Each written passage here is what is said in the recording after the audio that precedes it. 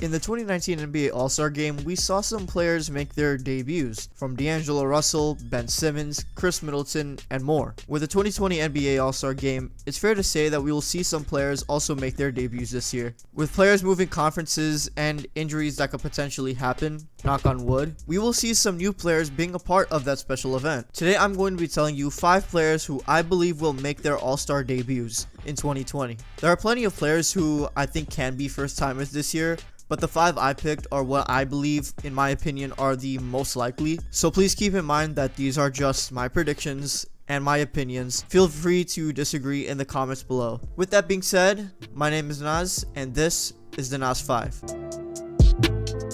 Now, before I actually get into the 5 players, I want to talk about 2 players who I think can be all-stars in a unique way. If we remember last year, Adam Silver named Dwayne Wade and Dirk Nowitzki as honorary all-stars for it being their last years in the NBA. Now, if this were to happen again in 2020, and if I was in Adam Silver's shoes, I would pick Derrick Rose and Vince Carter to be the honorary all-stars. For Derrick Rose, it's simple. He's from Chicago, he played on the Bulls, and the All-Star Game is in Chicago. He was the one who put Chicago basketball back on the map, which was seen as difficult to do after the Jordan era. The impact he's had on this city in the time he was there is really significant. He's also coming off of a pretty strong year, so I think if he can stay healthy and improve on the year he had in 2019, I don't see a reason for him not to be an all-star in 2020. Vince Carter said a couple months ago that this would be his last season in the NBA, and man, what a career he's had. I think it makes sense for him to be an honorary all-star with him going into retirement.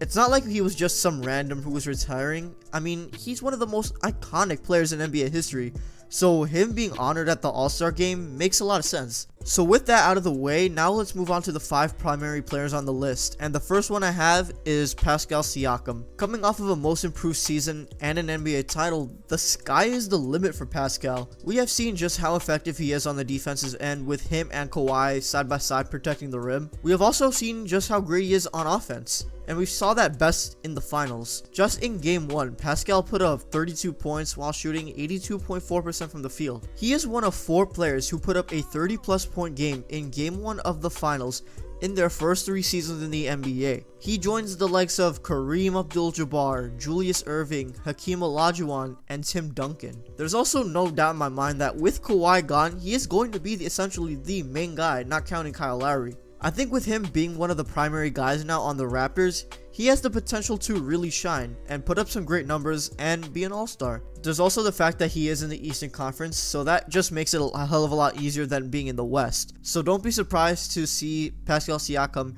in the All-Star Game in 2020. The next player is CJ McCollum.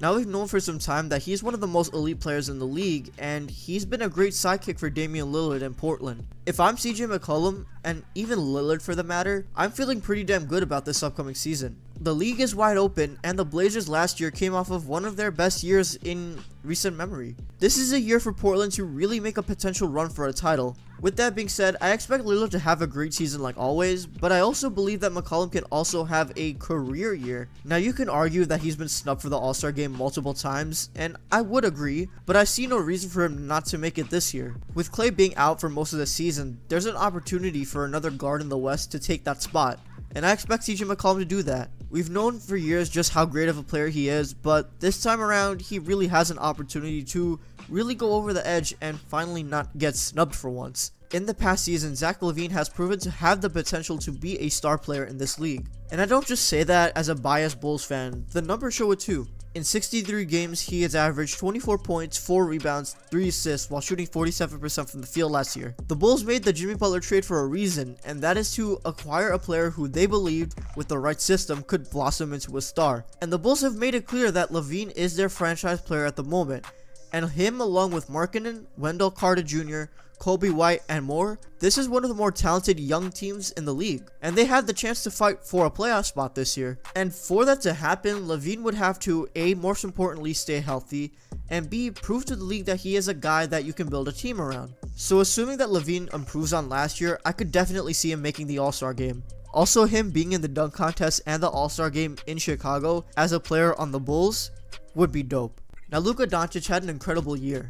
He averaged 21 points, 8 rebounds, and 6 assists, and he also had some memorable highlights. Doncic actually came in third in the fan vote behind Giannis and LeBron, so you could say that he was snubbed last year. So with that, the expectations for him are high, and after almost making it last year, people would expect him to make it this time around. There's more pressure on him to be even better, and I believe that Luca will come deliver and have a great year. Like last year, I think that the fan vote would be very high, and he would have a better chance at making it. The only issue I have is that making the All-Star team as a point guard in the Western Conference is incredibly hard. I mean, when you have Stephen Curry, Russell Westbrook, James Harden, and Damian Lillard, and more in the same conference, it's going to be very difficult for him.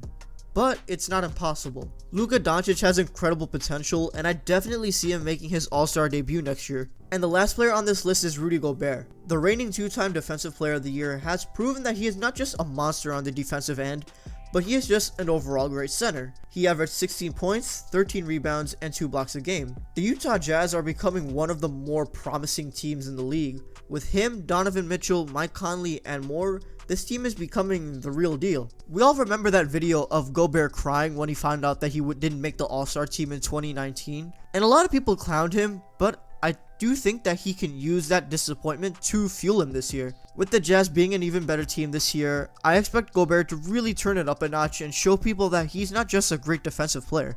He also has a great chance at making it considering who his competition is in the West. Nikola Jokic and Karl Anthony Towns are the other centers who made it last year, and I think you can make a case that Gobert could take one of the person's spots. Gobert was arguably snubbed last year, and he will definitely use that as motivation to make it this season. The centers in the West will battle it out for an All-Star spot in 2020, and I really think that Gobert could pull it off. So that's going to wrap up the video. If you enjoyed the video, please be sure to leave a like. Let me know if you agree or disagree with the list, and tell me who I should have put on the list or who I should have taken off the list. I would love to see what you guys think, so please leave a comment. If you guys don't know, I did just launch my second channel for all things gaming, specifically 2K.